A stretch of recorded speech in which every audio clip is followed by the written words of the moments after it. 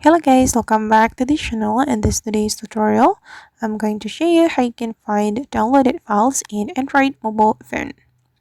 Okay, let's get into it guys. Here I have opened my Android mobile phone, and first of all, if you want to find downloaded files, we have to go to the file manager application or my files application. You have to find that kind of application in your Android mobile phone. It depends on your version, and I'm going to open this file manager. This is my file manager, so I'm going to click on it, and we just need to click on downloads menu. Okay, and here we'll be able to find all downloaded files in our Android mobile phone. Alright guys, and that's all the way to find downloaded files in Android mobile phone. I hope this tutorial will be useful for you.